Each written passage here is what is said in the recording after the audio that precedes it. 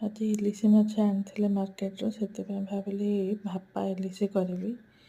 ତ ତାକୁ ଲୁଣ, ହଳଦୀ, ସୋରିଷ ବଟା ଆଉ ତେଲ, ଲଙ୍କାଗୁଣ୍ଡ ଆଉ ରସୁଣ ଆଉ ଆଣିଥିଲେ ସାଲମା ଆମ୍ବଡ଼ା, ତାକୁ ମିଶାଇକି ଘୋଡ଼େଇ ଦେଲି। ଘୋଡ଼େଇ ଦେଇକିରି ଟିଫିନରେ ଭର୍ତ୍ତି କରିଦେଇଛି।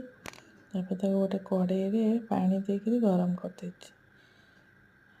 ଅଧଘଣ୍ଟା ପରେ ଦେଖିଲା ବେଳକୁ ଏମିତି ହେଇଯାଇଛି।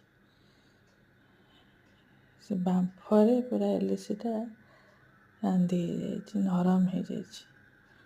ବହୁତ ଟେଷ୍ଟ, ଭାତରେ ଖାଇବେ ବଢ଼ିଆ ଲାଗିବ। ଆପଣ ବି କରନ୍ତୁ, କରିକି ମୋତେ କହିବେ କେମିତି ଲାଗିଲା। ଧନ୍ୟବାଦ।